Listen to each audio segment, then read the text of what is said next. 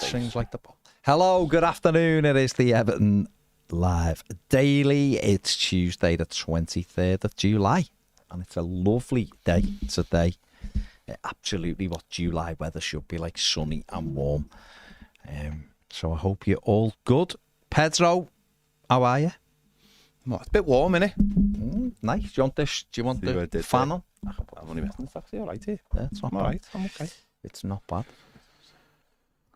Kevin Malone from the Office, American Office, is interested in Everton. No, listen, he was around before for the previous round, but didn't come forward as such with the consortium. But apparently, and let's be clear, he is just the front man for a consortium that is apparently interested in Everton. So it's good again that I guess things are, people are looking at it like they're interested rather than, oh, that's it, it's all over and, the end is nigh and all that. But you don't seem convinced. No, I don't think this fella's going to get anywhere near Everton. Yeah. Anywhere near Everton. Not a chance. He basically hasn't done anything since leaving the Dodgers other than some interesting philanthropy work. So my sources in South California are like, what on earth is going on? Really, yeah? Yeah, like as in people who live there who have an understanding of the guy, and when he was at the Dodgers, they're just like, they don't get the connection of this fella and a football club. Like, so interesting. That's a weird one of why this fella who basically has no connection with football whatsoever and hasn't done anything sort of in sport for 20 years is suddenly appearing and has been linked a couple of times with Everton. So that's a bit weird. Like, so I think, when people hear LA Dodgers general manager and all this stuff, that was a while ago. It'd be like in 20 years, this is what I've been told, it'd be like in 20 years time, Kevin Felwell rocking up and buying a baseball club, basically. It doesn't really make any sense. So, but isn't he just the front man? I know, but why is he a front man? I don't know. What's he got to do with anything? So I'll be quite happy for this one to fall by the wayside. I don't really think it's got the people involved who have got the right kind of expertise to take the football club forward. I think if you're going to have a front man, you need someone who understands the game and understands the football where it is right now. I don't believe this fella, from what I'm hearing, has got any of those kind of things. So I'm hoping it's just like Deloitte trying to flush people out. Okay. By using some of the names and getting them involved. I don't know. I hope so anyway, because I want, serious people to get back around the table and try and sort this out. Few whispers around that the Deacons haven't gone away anywhere, and they're going to be back at the table very soon. Which we said last week, didn't we, on Friday, that potentially that was the case. It was a negotiating tactic which they'd used at Roma. Speaking to a couple of different people last night in and around football who seemed to think that it wasn't the end for them, and they just, it is a negotiating thing, and it was nothing to do with one of the schools of thought. Is it's not necessarily to do with the money to 777. It was just literally to do with they want that payment cut. They don't think that the 200 million is what they should be paying for it, because it mightn't even be a real thing, which is an interesting one, obviously, because everything's about cash, isn't it? I had a chat with John before just about it and like what aspects they're coming from, and John's still saying it's for 600 million. It's an absolute snip, and it's just getting the right people have just got to sort of be ready to take that plunge, because in 2 or 3 years this is going to be worth double what they're paying for it. Premier League clubs are only going one way, valuation wise, but it's getting the people to commit to that, isn't it? Yeah, straight away. I'm sure there is negotiating tactics involved, of course. I'm sure they're trying to drive down what Machidi wants for his shares. And I'm sure there's a lot of other factors in it. The the court case has to be part of it, doesn't it? Because there are, I don't know whether there's conflicting reports or stuff, but there is talk that the ACAP can't renegotiate their position because of the court case. Now, if that's true, then that does make it very complicated if if people are trying to drive that down to buy Everton. If they are trying to renegotiate, that's a really tough position to be in. If you feel like there's something there that can be driven down, but you just right now, and also it's, it is complicated if part of the money is tied up to a court case.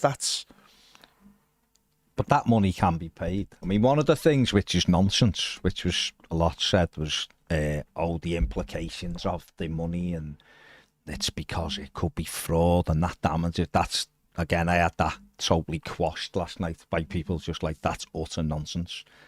Absolute nonsense, because that's the same thing like when Todd Bowley took over. What he did was just ring, nothing to do with us, what's gone before, and that would be the case for anyone. I mean, so reputational stuff and that is bollocks, which is put out by some people. That's why it fell through, is utter nonsense. I don't know whether it can be negotiated. I'm not in the room, I wouldn't have a clue. But if it can't be negotiated, then that 200 million just needs to be almost, to quote a famous owner at one time, it could be ring-fenced, I guess, but it would have to be somewhere. Just on the off chance, I don't know how that works. Well, I mean, in the reality, Farhad Moshiri should pay off that £200 million. That's the reality of the situation. Yeah. Farhad Moshiri took that £200 million as a to keep the club going, because it's a chicken and egg, isn't it? Situation. He took that money to keep Everton going, and then so it's like, well, if he hadn't took the money, we could be sold, but would we be in existence if he hadn't? Would we have gone to administration if he hadn't took that money? That's the problem, isn't it? It's not like saying, well, he shouldn't have took that money. Yeah. None of us really know what Farhad Moshiri's financial situation is. No. Is he, is he cash, rich? Does he have any? Is it all tied up? We don't know with the situation, with what's gone on with the war. We really just don't know those questions. But at the end of the day, that's his money to pay back. Because he took them off them, and really that shouldn't even be on the table. The idea of someone else having to pay that money is a little bit, mad, isn't it? It's like if I come in and want to buy your car and have to pay the remaining finance on it. Yeah. That wouldn't be even it'll be the football club that has to pay it back, really. Yeah. Because he's took it for the football club, hasn't he? And obviously these deals are very complicated, and it's all been about who's willing to pay what, and they would always come in and try and we said it from the start, didn't we? Someone needs to renegotiate these deals, get them down, get the interest rates down. Okay, you might be a case of you still repay that money, but it's those interest rates that are killing Everton at the moment. Everton need to do a deal with ACAP and say, right, we'll pay it back 10 million a season for 20 seasons. Yeah. Something like that. You're still getting the money back, and if that's it, I mean, I guess it's just a case of who's got the money to do the deal now, isn't it? And maybe the Freakins have gone away, and I know Yerry said the Bobble said the word out the club is they've gone properly. Well, I've been told different, and I've spoke to the club as well. So there's different things that are coming out the football club, obviously, but spoke to other people around it. We'll see, won't we? They may well go, but right now they haven't completely walked away, and I think that's everywhere. That's been reported by everybody. So, but also wouldn't be a very good negotiating tactic if they weren't saying that anyway. No, of course, yeah. If they weren't saying we're gone, we're doors shut, doors closed. That wouldn't be a very good negotiating tactic. They've got to look like they've completely gone. So that Farhad Moshiri picks up the phone and says, "Listen, I can." Or ACAP. Yeah, I mean, I don't. Again, I'm not in the room. None of us are, so we wouldn't have a clue. Well, the ACAP, obviously, the ACAP part of it is the really complicated part of it, isn't it? Because, as I said, no one. I think the thing is as well, though, because if it isn't a real debt, as in it's not a real debt, but if that figure mightn't actually have to be paid back, then why would you pay it? No, I know. That's what I'm saying. And that's where the trick. That's the problem, isn't it? It's that idea of you could. I don't think anyone's going to pay £200 million back at these current interest rates if they don't need to. So, you know, you look at that situation and think, well, what can we do? So anyone else, we'll get it sorted, we'll get it down, we'll pay it off, whatever it is. Yeah. And they've already obviously paid off MSP, but by paying off MSP, don't get me wrong, they didn't do that out of the goodness of their heart. They've got a similar deal, and you know they've got a good interest rate on that themselves now. And also, you know what's tied into that. You know, the freaking group. You know, if that wasn't paid back, would own a good chunk of this football club, and just through that. So. It is very, very complicated, and it's hard to just have conversations about it because we really don't know. We're just hoping and that's that someone does come back, and maybe by someone does come back, that pushes that if the Freakins really want it, that pushes them back into the negotiating room. I think Mashiri, for a start, has got to in a way. He's got to cut that down, hasn't he? He's got to cut down the ACAP money by his own money. In other words, if he's not willing to pay the 200 million, then he's got to take what he wants for the club, which was rumoured to be 50 million, down to £1. Because you've lost, mate. You invested in this football club, and you lost. You run it badly. You ran it into the ground. So you've lost. I'm afraid. You know that is the situation. You can't stand there with your cap out, asking for handouts when you've run this into the ground. If you want Everton Football Club to go forward, then you're going to have to, do the right thing and let someone else come in. And if that means that someone's only paying £150 million to him and ACAP, £200 million, and you're getting the ACAP and his shares, then that might be what it is. It's just, as I said, it's still really alien. I feel like almost like we're you want to talk about it just to make sure that it's still in the public eye, still that we are talking about the sales of Everton Football Club, because I think you'd have to. We know it's hugely important. We just, Bordeaux, just seen Bordeaux today. They've just gone into administration because the Liverpool owners didn't buy them. And I'm not saying that's any fault of the Liverpool owners. I believe the owner of Bordeaux has run them into the ground. And the Fenway Group came in to buy it. It was supposed to be part of the Fenway Group, and they've looked at the books and gone, no. And they've dropped into, I think, the 3rd division today because of that.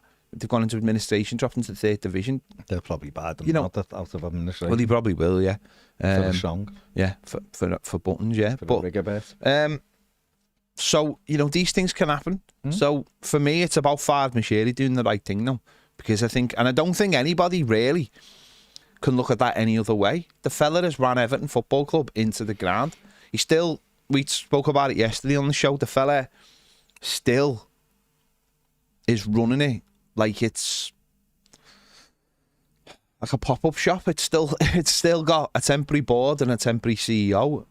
And that's been for over a year now with Colin Chong in charge, and we need to move forward like they said, it's business as normal. Well, it can't be business as normal. It's got to be going forward. We've got to be on the front foot. We've got to be going forward. We've got to be looking at Kevin Felwell, of course, has got to run it as business as normal. Sean Dyche has got to look at it like it's a normal situation. This is a normal situation to those two fellas, to be honest. They've never worked in any other different circumstances. It's always been wartime to those two. Regardless of what you think of the job that they've done, to them too, it's always been they've always been on the back foot. So it's up to Mashiri now to get back into the negotiation, around the negotiation table, and said, well, I'll tell you what, the first thing I'll do is I will look at my position. I will look at what I want, because if it is complicated, because otherwise, Everton are going to, not saying limp on, but, it's going to be a struggle, and it's going to be a struggle for a while if Everton don't get a new owner, because, of course, the new stadium is coming, but those debts will still be there, and those massive interest rates will still be there. So anything that comes out of the new stadium that is positive and good will be sucked into those debts. and that means it's still a struggle to attract players. And then of course it's always going to be bringing players in to sell them effectively all the time. And there's not going to be any longevity in the football club. You're not going to build anything because the next one will be Jared Brandthwaite, and then the next one will be whoever the next one is, whoever's doing well at that time, and again and again and again. It's like, well, how do you build something to go forward? You always need that core set of players, don't you? That 5-6 set of players to build a team. Of course, you're going to let a player go every 2-3 years, but not a couple of players every 2-3 years, or God forbid, a player every summer. So he's got to get his house in order. He really does. Yeah, it's hard, isn't it? It's hard to know exactly where they are. Mashiri's always said he would fund it if he needs to. John Blaine always says that it's always better to use someone else's money than your own. And that's certainly what he's done with 777. Yeah. And now he's got it with the Freaking Group. I mean, you wouldn't be surprised if sanctions were lifted on us if Mashiri took it off the market and they just took the mantle back up. Not saying anyone wants that to happen. I'm just saying that wouldn't surprise you. For the way it is, he's not had to do it. But we'll see, won't we? We've just got to hope that, there was a lot of interest in it before he decided to go with the Freaking Group. Paul Joyce quoted the VT Finance again, didn't he? And said they were back. They hadn't gone away. I don't know too much about them other than the little bits and pieces that were said around them, but the owner went with someone different, didn't he? I don't know whether this Kevin Malone is real or not. Who knows? Whether he's got people who are investors who are like, yeah, we want you to run it, or you to sort of I don't know. Like you say, people have said to you, why would he? I have no idea. I think the worry is, or certainly, you look at these things you just mentioned today. You've just said the VT Group. You've got no idea who they are. No. Fella's supposed to be an Evertonian who owns it, but we know no idea who he is. We know he's made a lot of money and he's in business and finance and all that. But great, you've got the guy you've just talked about there. As I said, I talked to people in California. It's just like, as I said, why would they? Why? It's like that. It's like a big why. So. But why is he why do you think he's been mentioning? I've got no idea. Mad. But I've just got no idea that. But I'm not saying it's not legitimate. What I'm saying is that it's just a head scratcher for it's people. just like for those people, they're like, what? Why is he? This guy's been like trying to stop like kids being trafficked for the last 20 years. Like literally, that's what he does. Doing his own thing. Like that's what he does. Yeah. So why is he suddenly interested in buying a football club? So I think you've got the local one with AJ Bell. Don't know whether they're going to make a reappearance again. Do they really have that kind of finance behind them? Well, maybe to get Everton out of trouble sort of right now they do, but is it a long-term thing? I think with the Freaking Group, I think what we all saw with the Freaking Group was a situation where we saw a real set of people. And I know them owning Roma were sort of like, when that first, I was like, I don't really want someone already. But then the fact that they already own a football club shows that they can do it. And I think that was what was so attractive about them, and why I'd really like them to come back to the table, is because they are legitimate people who have legitimate businesses that we can all see that are out there, that are actual like things. They sell things to the public. They already own a football club. They've owned it for the last few years. They seemed like the perfect candidates, and that's why Friday was such a gut punch to have that, the rug pull from under us. And I'm sure all the names will come back. As I said, I'm sure all these names will come back. But someone's got to tell us how we get over this ACAP situation. Like there's got to be some clear explanations of how. To me, the only way how we get round it, like they do, is that someone pays them 200 million. That's it. That's it to me. But I don't know all of that. And I've been other people who are far more involved in that than I've said. it's the negotiating. But to me, I just see someone just needs to go, there's your 200 million. Fuck off, basically. But no one's going to do that, though. No. Are they? So there must be other ways round Because it. Because no one would come in, would they? Giving 200 million to someone to just And go, you might not have to. is like, well, why would you? Crazy. But it's 200. It's still a lot of money. No, it is. You know, even to like billionaires, they It get to be is. billionaires because they don't just hand they out don't just 200 give the million money people. away. Yeah. But they will always be. I think you get to. I think for these people as well, when they are really rich, it's like winning and losing, isn't it? It's like gambling. Yeah, It's like they don't. Paying the 200 million is a loss to them. It's like, I mean, not just losing 200 million, but they've lost the game. They want to find a way of how they can get around that 200 million, so it feels like a win to them. And I just think because it's in a court of law, that becomes that obviously adds stakes to it. How do you do that? That 200 million. By the way, that 200 million pound is somebody's money. It's not ACAP's money either. By the way, that's the whole point of the court case, isn't it? Is that 200 money was that obviously. The people who took them to court, they're alleging that 200 million pound was taken fraudulently. That money was taken away from people's savings and pension funds and all this kind of thing. That's what they're alleging. They're alleging that 200 million pound needs to be given back to those people because they've had it stolen off them. So it's more than just a simple repayment, isn't it? And that's why those, you know, I've read bits and pieces on from different, you know, people said that's why you can't renegotiate that 200 million pound because it's there in a court case and we don't know how fast that court case is going to take. And of course, there's so much going on in America at the moment as well, with who knows what a change of president might mean to the tax laws and all these different kind of things. That could maybe have an effect on this as well. So there's more than just obviously Everton Football Club at stake here. Everton Vikings says not mad keen on Malone because it seems a bit dodgy, but there is probably a lot of back and forth. Vici Finance is interesting because they did apparently show proof of funds of over $1 billion, but we don't know more than that. Yeah, I remember that. They did show the proof, didn't he? And he actually no, it was, you're thinking of Manukian, aren't you? He was the other fella. There was Manukian, who had the Saudi Arabian royal family and other people involved, and then there was Vici Finance, who Keith Harris was fronting, and they showed proof of £1 billion. Manukian apparently showed proof of funds as well, but obviously, and he came out and released a statement that he once they knew the Freaking Group had got it, saying we're disappointed them, you know, we wanted to make Everton blah blah blah blah. So if that's real, if he's real, then he'll come back, won't he?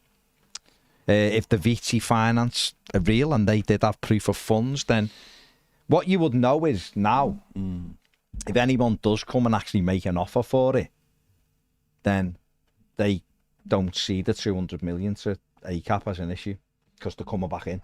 No one should come in now and find any surprises, should they? Really, they shouldn't, because everything's been out in the thing, and that's why I'm saying the Freaking Group wasn't anything to do with the 200 million, so to speak. They knew about it. It wasn't like they go open the book. I've seen people last week going, they must have found something in the books. All that's nonsense. But obviously, they're busy, like you just said, that win-lose, innit? That thing of going, we ain't paying you 200 million if we haven't got it. No way, because that is a loss. I'm conceding that I've got to give you this thing that mightn't be real. Because a court you might even exist in a year or 2 years, so why would I give 200 million away? Another consortium, I mean, I don't know how, but another consortium might go, well, we want this club now because we want to start getting it on the right foot now, so we are prepared to go, there's 200 million, or we are prepared to go, your 200 million is here in this bank account, and the minute the court rules that you've got to be paid, there's your 200 million. It's guaranteed over it. I mean, I don't know how the nuances of that is, but to me, it just seems like it's that if someone does come back and strikes a deal, then that must incorporate that money to be paid, or they've come up with a way of paying it, or I don't know. But why would you? It's like knowing that Ned couldn't buy something off me because there was this £100 extra there's no point you coming in because I'm still going to go. It's that £100, mate, you've got to pay. Yeah. So if someone does come back in, that to me must mean that they're able to pay. It's difficult, isn't it? It's difficult, and the problem is that for the next couple of weeks, this is all. This is all we're going to get. Yeah. This is all we're going to get. It's like and that's the problem. And we all want it to be done straight away. Everton clearly aren't an attractive proposal as we are. We're just not, are we? No. We all think we should be. We all want us to be. The potential's there. We all look at the stadium. But you've got to have someone who's... Well, the potential is there, but the potential isn't there whilst, I suppose, those interest rates are there and those debts are there. That's the problem. I mean, debts are debts, but those interest rates are so high. If you can't get them down... But the thing with interest rates is if you've got the money to pay them off. I know, but they're massive though. These are massive. You're talking. But for who?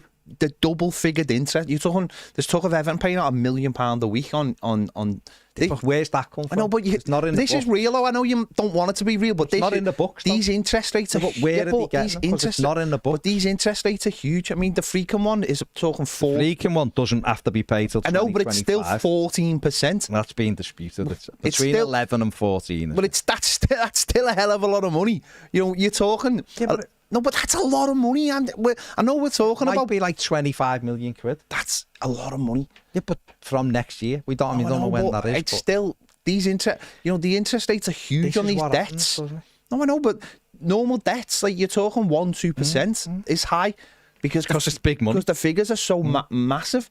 These are huge numbers, and someone wants their money and.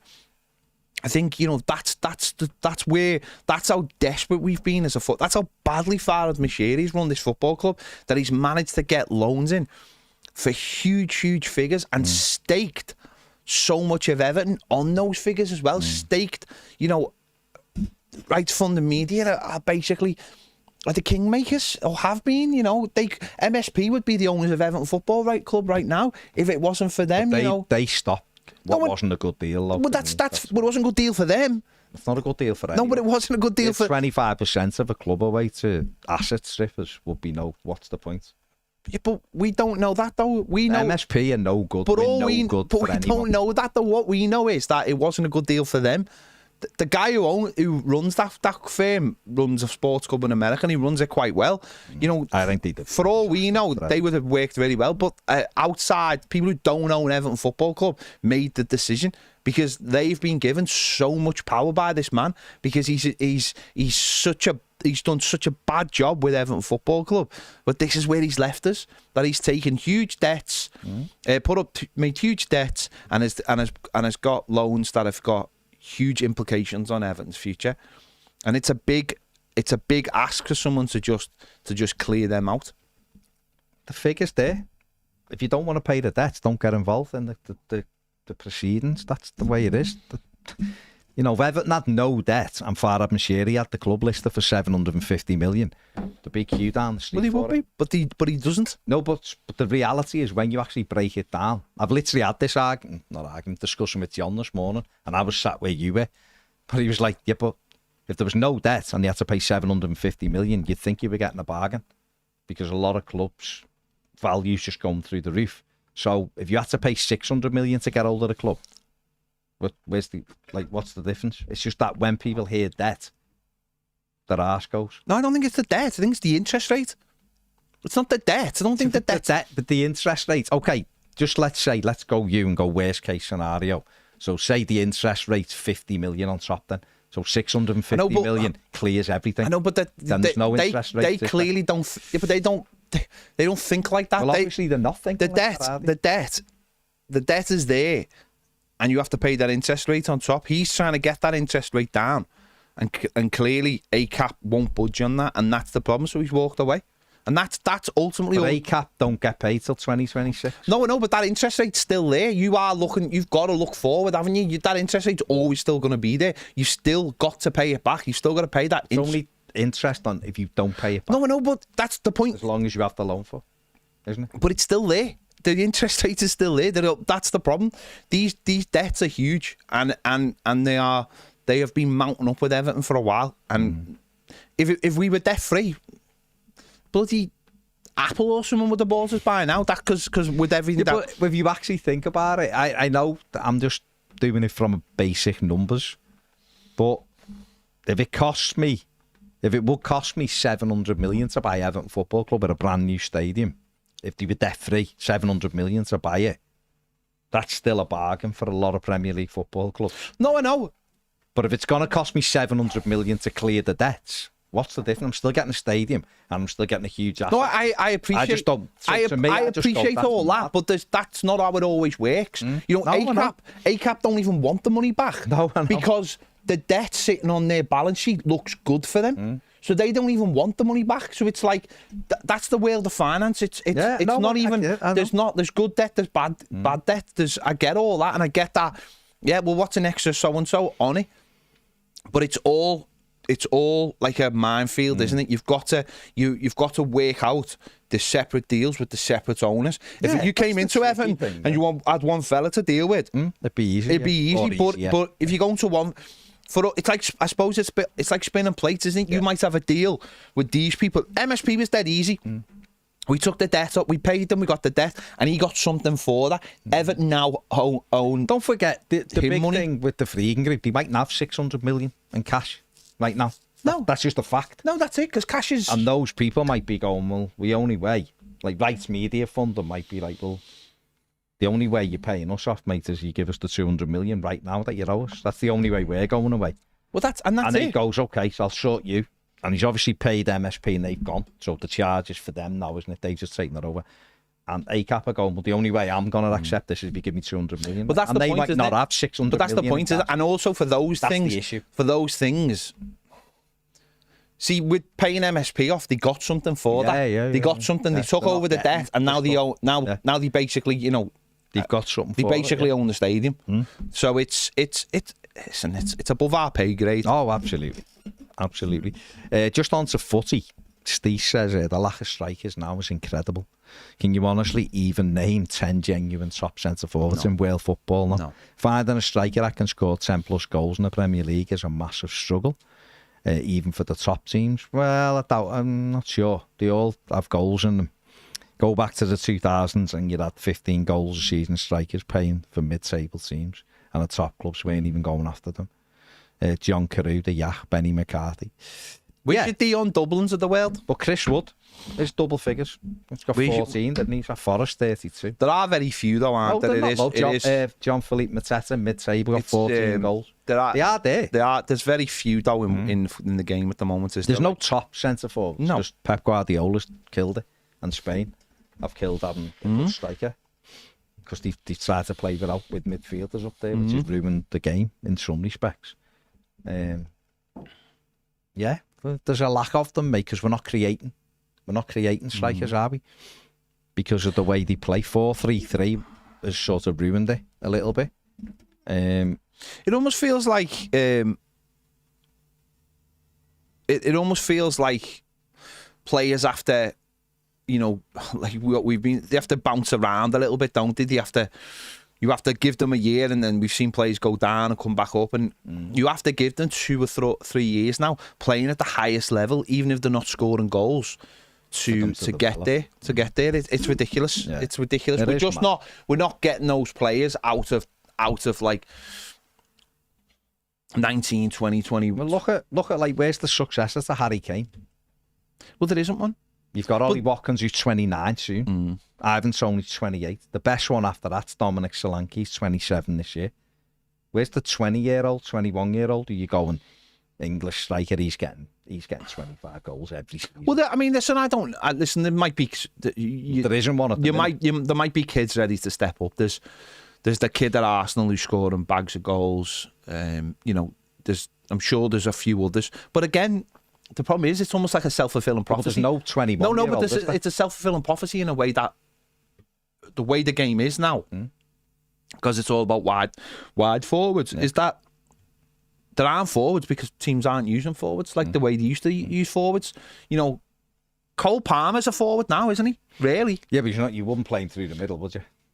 But I tell you what, I mean, within 2 years, but I'm saying they can't run. But you don't have back to goal. That's what I'm saying. The game has changed in a way but it will go back to it. Hence why the greatest coach of all time, just gone and paid big money for a big 6'5" Norwegian striker because you need them. No, of course. Well, he needs them because he wants to be the very, very best. But there's not that many out there. But I'm saying is that the way the game has changed is that Cole Palmer could play as a false number 9 in a, you know. If you listen to the words you've just used. No, because it is. But that's the position that's been created, isn't that what I'm saying? Kai Havertz of this world. Those positions have been created, and Arsenal scored more goals than City, I think, last season, didn't they? And yet they didn't have a recognised centre forward. So it is those. The game has changed. I don't like it. I prefer having your old-fashioned centre forward. Much prefer that. But then are they not scoring goals because you're not providing the chances because everyone's changed the style to accommodate a team that doesn't have a centre forward? I think the thing is that it is exactly that. The only one who really does it is Liverpool, where they all just get loads. They just all score. Like, even people have had a go at Nunes, but I still think he got about 18 goals and everything last year, and Cody Gakpo got 15, 16 goals. Jota, always tons of goals. Salah, tons of goals. Luis Diaz, people have a go. I'm sure he got 15 in all competitions. They all scored double figures, Liverpool's forwards, all of them. Man City, probably very similar. All get the Arsenal. Okay, they for me, they could do with a real number 9 just to give them that edge in those games, but they still scored, like you've just said, they got more goals than City. Villa, who finished 4th, Ollie Watkins, what was it? Whatever he got, 28 goal contributions or something mad that he got for Villa. Outstanding numbers. Isaac for Newcastle, incredible, but United suffered because they didn't have a centre forward who got goals. It comes down to how you play, doesn't it? It comes down to how you play. Like Everton have Dominic Calvert-Lewin, and said loads of times, for me, he fits Sean Dyche's style absolutely perfectly. So his worth is actually more than what he scores for goal. You want him to score more goals. So then it's you look at say an Arsenal team, and you could put a proper number 9 in there, but would that number 9 fit the style that Mikel Arteta's? Depends who it is. No, but that's what I'm saying. There aren't that many round, but an Isaac would fit because of the way he plays. He'd fit Arsenal perfectly. So, again, Dom could be scoring 15 goals for Everton or 15 to 20 goals for Everton in the Sean Dyche style, let's say. And then Arsenal might look at him and go, well, yeah, but we'd have to change our style completely. And then that affects the rest of the team. Whereas Pep Guardiola has we know Haaland often gets criticised for how many touches he has in a game. And yet that comes down to Manchester City style, doesn't it? That comes down to we aren't adapting our game for him. He's going to have to adapt his game for us, and he'll still score 30 goals a season without an issue. So they've found the perfect little in-between. Yet other teams have maybe struggled to do that, and that's why our traditional centre-forwards that we love have gone out of the game, and that's sad, but that's football. Whether 4-4-2 ever comes back, I'm not sure. I'm not sure that'll ever come back as such. And that will dictate, obviously, the way. You don't know, do you? Because it just depends what the next thing for people to do is, isn't it? I don't see it coming back personally in the highest levels. I just think because football is all about control now, and everyone wants to play football. 3-5-2. You still have 2 centre forwards. Oh, you still have 2 centre forwards. No doubt about it. And I think 3 at the back will become more and more prevalent because as footballers become. As more football is taught at academies and as the football style is less and less about just pumping it forward or is taught less, then centre-backs will become more cultured and they'll step into midfield. Well, that's what it is, and therefore your wide players are almost your wing-backs. They become your wingers. They're the ones, the wide forwards, and they can play high. And you've got 3 midfield players and 2. You could have 2 6s and then the number 10. So really, you'd go back to what it was years ago. And I'm talking years and years ago, like a 3-2-5 almost, which is what was played quite a lot. Rooney plays 2-3-5. That's what I was about to say. I can see us moving to basically having 2 at the back and a 3rd centre back stepping into midfield soon. Because if you can keep the ball, it's not really a threat. If you can keep that ball, for large periods of time. Someone stepping in. Why? You don't need that extra man. No. That's where that's where managers now are going to become braver and braver and braver. They are, but the forwards they're the people who win you the games. Yeah. There should be 2 of them on the pitch. Yeah. It shouldn't just be 1. You know what I mean? So it is interesting. Jake says when you see our full squad on paper, it really does need strengthening. If Branthwaite or Toffee gets injured, and Toffee's injured at the moment, we need an attacking left back, another winger, creative midfielder, and a striker. You're right. I think I can definitely see them getting. Well, I think they'll get 2 wingers. I think they'll get a striker because I think. Interesting, Beto, what he said. I like that fighting talk. It's good, but I think Dom will go, so I think they'll get a striker. Maybe another midfield player, maybe. And then it's a full back, isn't it? I'd have a left back every day of the week, and they defo get a centre back as well. And I think they're looking. I think Michael Keane's a little bit. I think he's keen, pardon the pun, to get away and play some games. And I imagine Holgate will be exactly the same, and then it'll be. I guess you'll find Reece Welsh or Eli Campbell will become number 4 for the season. Don't know whether that's good for them or not, to just sit on the bench as an emergency. And don't know whether it's particularly good for Everton because one of them will be inexperienced, but it's how many you can carry then, isn't it? You really need 2 centre-backs on the bench, but yeah, I don't know.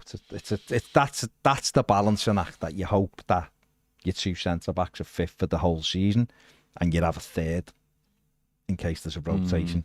And then you hope that number 4 is literally just there for cover. But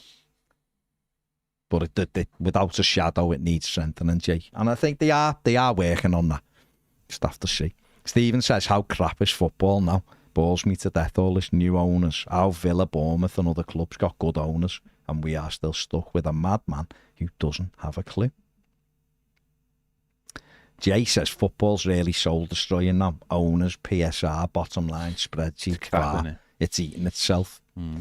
No, you're right, it is. It's too much of it, isn't it? It's just so frustrating that we still have to bleed talk about this all the time instead of being able to just move past it and go, let's just talk about footy.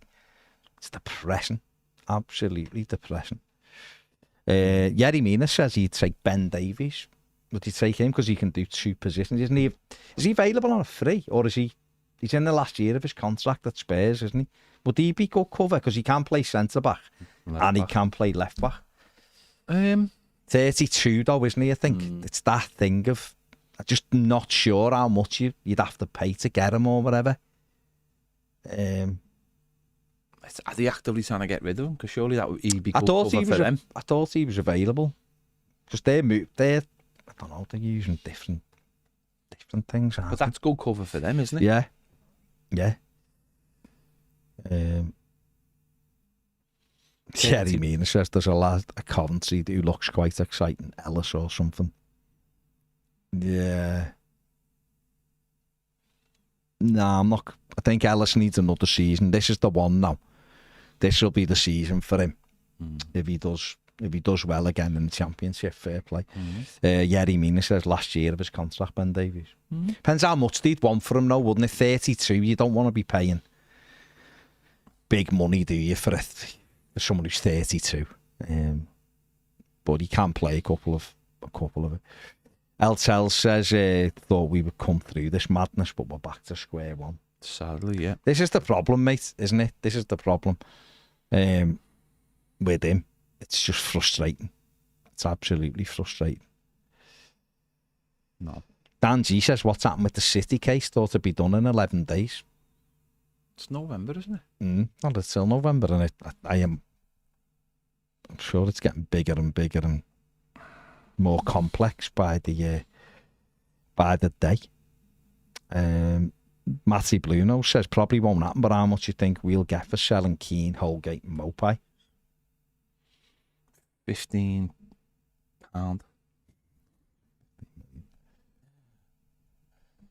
It is mad, isn't it? Mopai got like 7-8 goals last season and a few assists. 28. He's not like this is not me saying Everton should keep him, by the way. he's not terrible, is he? So he scored goals in the Premier League. So you think that someone would pay like $5 million for him. It's an experienced player in the can play off the striker, wouldn't you? If Everton got $5 million, that they'd be made up with that. I think Mason Holgate's played in the Premier League, played in the Championship.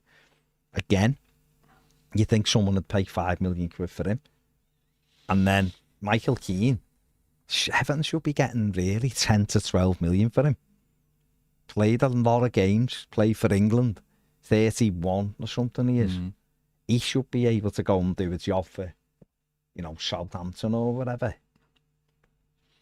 And you think he should be... So Everton really should be able to get... I'm not saying he would, by the way, but they should be looking at like £20 million for those 3 players. I think if they got 15... Maybe these are the kind of players that will go late on in the window when people are looking around trying to get deals done. Maybe Brentford will come back in for Mopai. Maybe. Just left it for now. They were thinking, we'll see what happens. Might get a better deal, might he? Yeah. He's only got 11 months left now, hasn't he, on a deal? So, and now I'm just thinking out loud there, but really, they should be able to get 20 million for those 3 players. We'd think. All played in the Premier League, all got experience. And if you're a buying club, you're getting, certainly, Mopai, you're getting lad who's put the ball in the net for £5 million.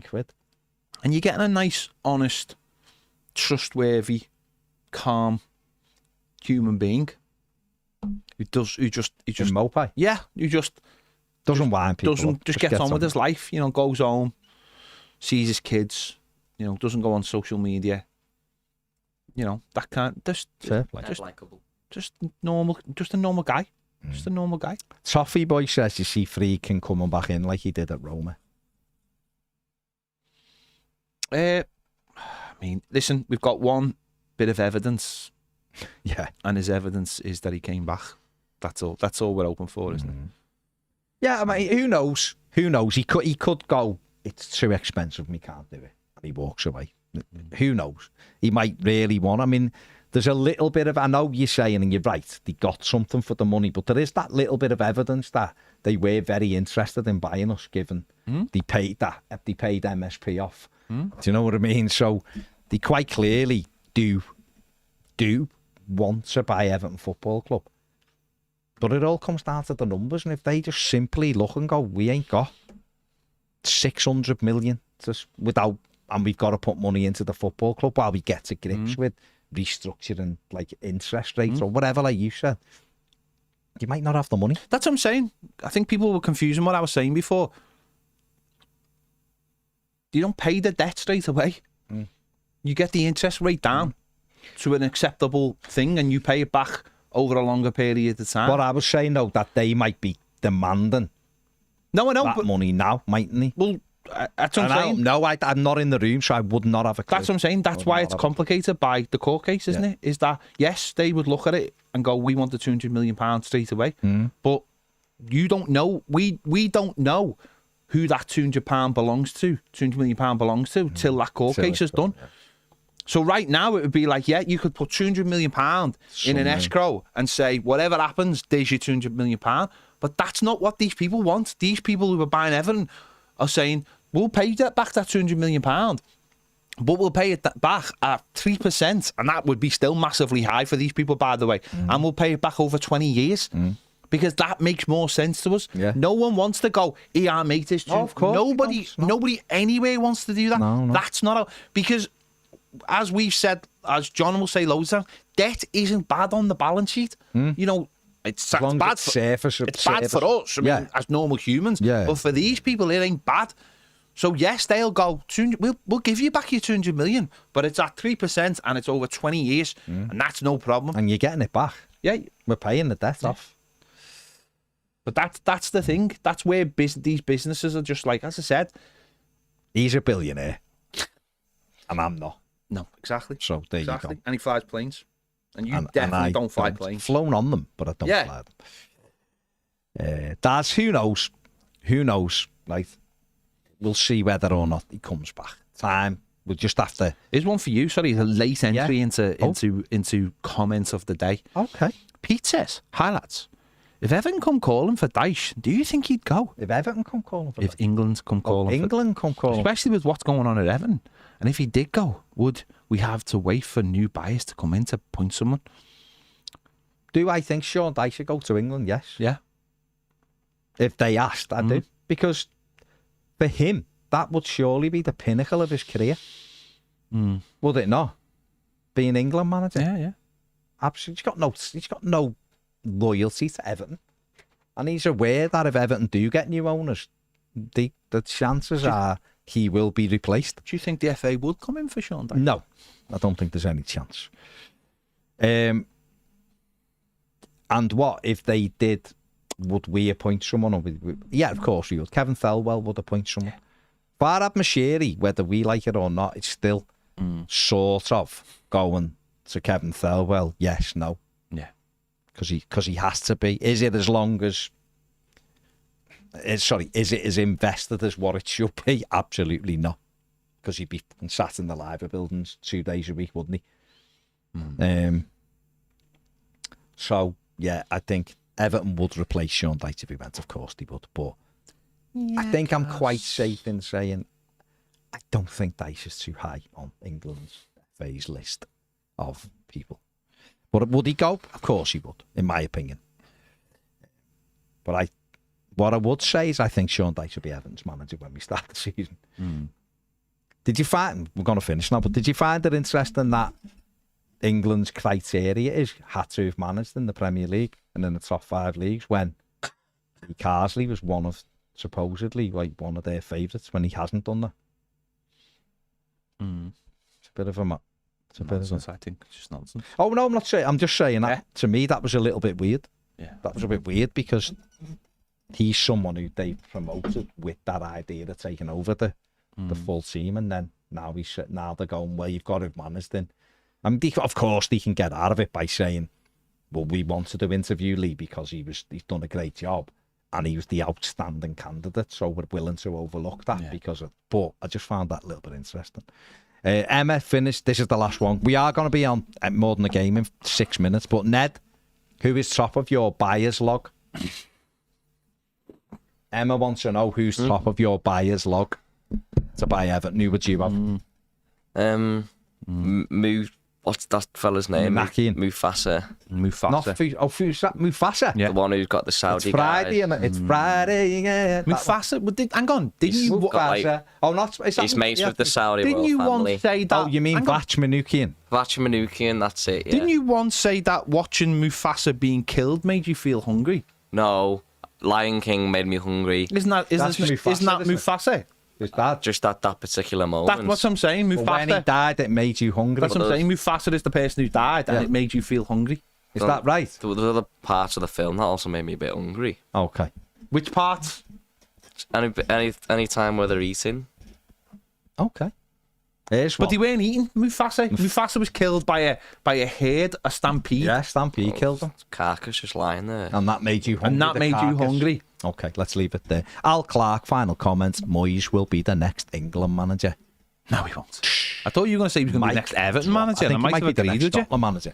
Right, we'll be on there. The Magic Superhighway link is there, so come and join us on More Than a Game. We'll be back in 5 minutes when I've chopped up our drinks in a bizzle.